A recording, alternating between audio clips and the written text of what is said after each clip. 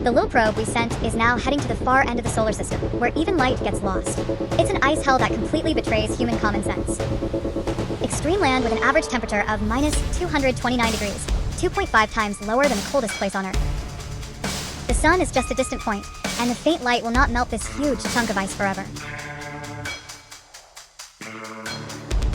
The gravity here is only 7% of the Earth. Your weight becomes as light as a feather. But this lightness soon turns into a terrifying fear, because there is nothing here to protect your life. This is Pluto, this ice cube that used to be called the dead planet. But there's a secret we didn't know. What if, in this cold heart, a flame of life was burning? Humanity is now challenging the impossibility.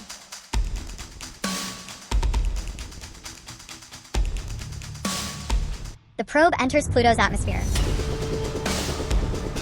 But this atmosphere is not air for us. This gas, which is composed of nitrogen, methane, and carbon monoxide, is like a poison. The thin air, which is only 100,000th of the Earth's surface pressure, doesn't even have the power to poke our lungs. An absolute vacuum, where you can't breathe. The wind here has neither the power to sharpen stones, nor the power to transmit sound. Everything is a land of eternal winter, frozen in silence. It's made up of an endless stretch of cold ice continents. We explore this huge mass. But far away you can see a huge, heart-shaped terrain that stands out. But far away you can see a huge, heart-shaped terrain that stands out. It's not just a ball of ice. Decades ago, we called this star the 9th planet in the solar system. But in 2006, everything changed when a celestial body called Eris was discovered in the same Kuiper University as Pluto. Eris, 27% heavier than Pluto, proved that Pluto is not a special being, but just one of the many icy celestial bodies outside the solar system. This shocking discovery demoted Pluto to dwarf planet.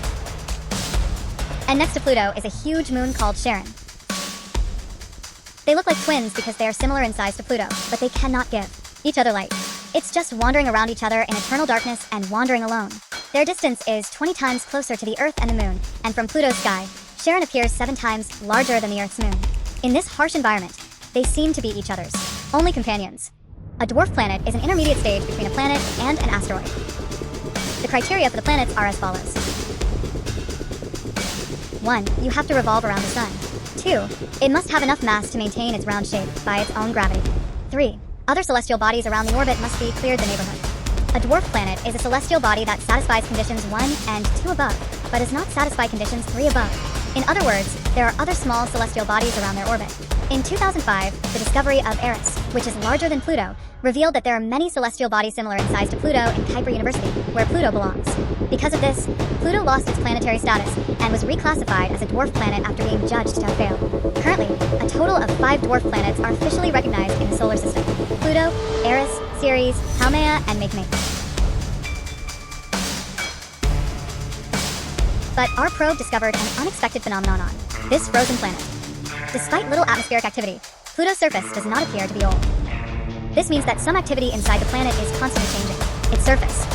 Especially in the notification area, traces of ice have been found that look like flowing liquids. Scientists interpret this as evidence of geological activity. Some force is acting inside this cold planet to move the ice. This is a paradox.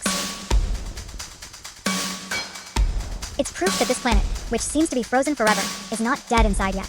It means that even in this harsh environment, some energy is being released.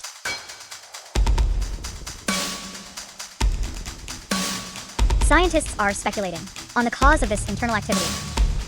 It has been hypothesized that a huge liquid ocean may exist under the surface of Pluto. Heat from the planet's center may have melted the ice, creating a liquid ocean. If this hypothesis is true, then the ocean will offer the last chance for life to exist. But this possibility is more of a despair than hope. In what form can life exist in absolute darkness with no light or warmth from the sun?